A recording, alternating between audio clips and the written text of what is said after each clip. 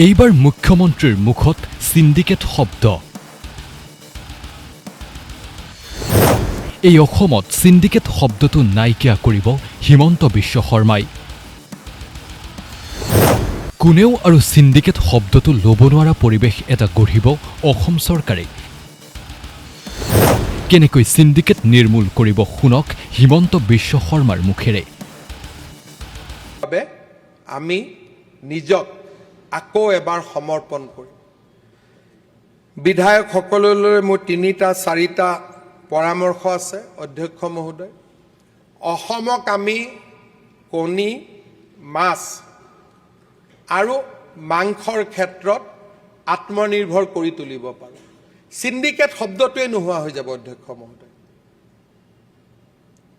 শ্ৰীৰামপুৰ দি এইবিলাক আহিবই নালাগে। সিন্ডিকেট শব্দটো নোহোৱা কৰাৰ একমাত্ৰ উত্তৰ হৈছে আত্মনিৰ্ভৰ অসম। যেতিয়া অসম আত্মনিৰ্ভৰ হ'ব, ৰাজ্যত বাহিৰৰ পৰা একো সম্পদ আহিব নোৱাৰিব।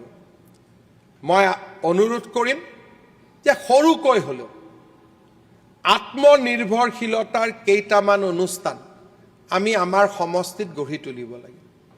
50,000 কণী উৎপাদন, অমৃত সৰোবৰৰ দৰে আঁচনিৰ জৰিয়তে মাছৰ ওপৰত আত্মনিৰ্ভৰ, গাহৰি পালনৰ জৰিয়তে আত্মনিৰ্ভৰ।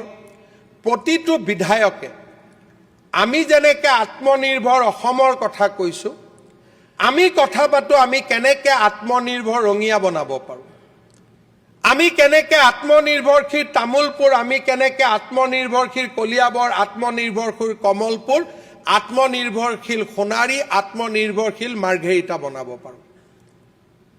আমাৰ সমষ্টিলৈ 1 লিটাৰ গাখীৰো বাহিৰৰ পৰা নাহিব। দুগ্ধ সমবায় সমিতি কৰিম।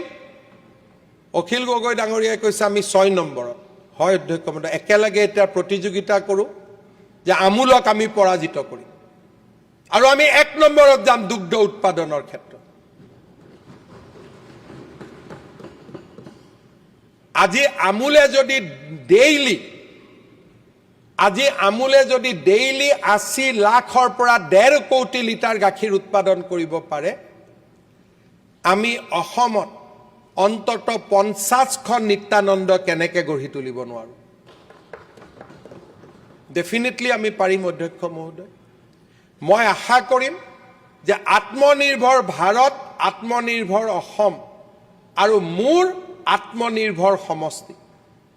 মোৰ সমষ্টিত কাষৰ সমষ্টিৰ পৰা গাখীৰ নাহিব, মোৰ সমষ্টিত কাষৰ সমষ্টিৰ পৰা কণী নাহিব, মোৰ সমষ্টিত কাষৰ সমষ্টিৰ পৰা মাছ নাহিব, মোৰ সমষ্টিত কাষৰ সমষ্টিৰ পৰা আলু নাহিব, চব্জি নাহিব, একো নাহিব। চব মোৰ সমষ্টিত নিৰ্মাণ হ'ব।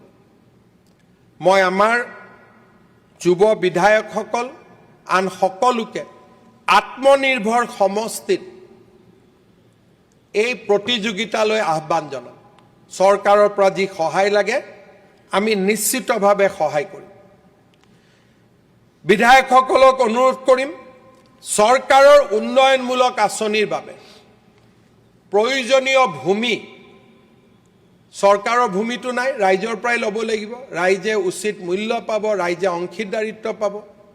আমি যাতে আঁচনি আহিলে ৰাইজৰ সহযোগিতাৰ পৰিৱেশ এটা নিৰ্মাণ কৰিব পাৰোঁ। অহা 5 বছৰ আমাৰ বাবে ক্ৰুচিয়েল হ'ব। বিগত 5 বছৰত আমি এটা পৃষ্ঠভূমি নিৰ্মাণ কৰিলোঁ। অহা 5 বছৰত আমি যদি আগুৱাই যাব বিচাৰোঁ, আমি আৰু দুগুণ কাম কৰিব লাগিব। মই প্ৰতিজন সমষ্টিৰ পৰা সহযোগিতাৰ বিনম্ৰ প্ৰাৰ্থনা কৰিলোঁ।